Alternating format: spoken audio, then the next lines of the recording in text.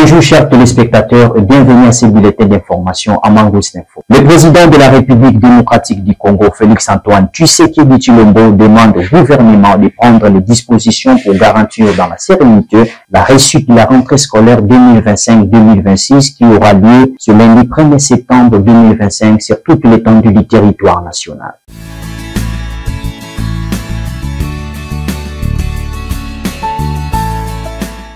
Parlons économie, le projet de loi de finances 2026, Kamere et Mouzito débattent des dispositifs budgétaires pour en optimiser l'adoption. À la veille de l'ouverture de la session budgétaire et au lendemain de l'entrée en fonction du nouveau gouvernement, le président de l'Assemblée nationale, Vital Kamerhe, accompagné de la questeur Chimène Poli, a reçu le samedi 23 août 2025 au Palais du Peuple les vice-premiers ministres, ministre du budget Adolphe Mouzito ainsi que le vice-ministre du budget Élisée Bokoumwana. Leurs échanges ont porté sur la préparation du projet de loi des finances pour l'exercice 2026 en tenant compte des grands défis auxquels la République et sa population font face. La rencontre a également permis d'aborder les questions liées à la collaboration entre l'Assemblée nationale et le gouvernement dans un contexte où les pays s'orientent résolument vers la voie de la paix et de la stabilité. Les vice-premiers ministres, ministre du budget, pour qui il s'agissait de sa première prise de contact officielle avec l'institution budgétaire, s'est dit satisfait de ces échanges. Il a pris l'engagement de maintenir un cadre permanent de concertation entre son cabinet et l'Assemblée nationale afin de garantir l'intégration des suggestions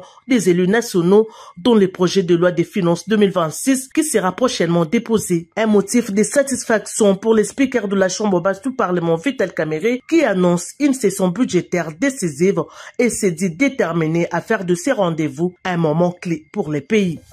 L'insalubrité dans la ville-province de Kinshasa continue à battre son plein où les caniveaux de la commune de Bandalungwa sont bouchés et pleins d'immondices. Les habitants de cette commune appellent le gouvernement provincial à trouver des solutions idoines afin de garantir la santé des filles et fils de Bandalungwa.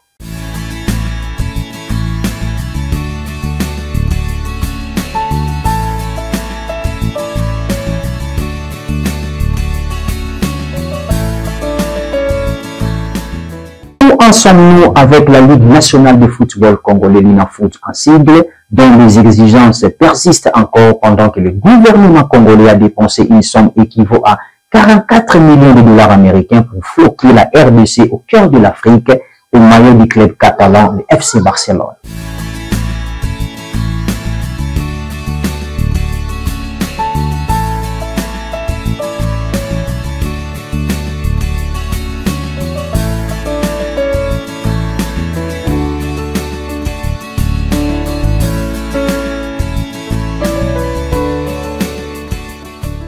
C'est par ici que nous mettons un terme à ce bulletin d'information. Mesdames et messieurs, ce bulletin d'information a été édité par Mangous Info. Il a connu la participation technique de Piano à la prise de vie et au montage. Restez branchés sur Mangous Info.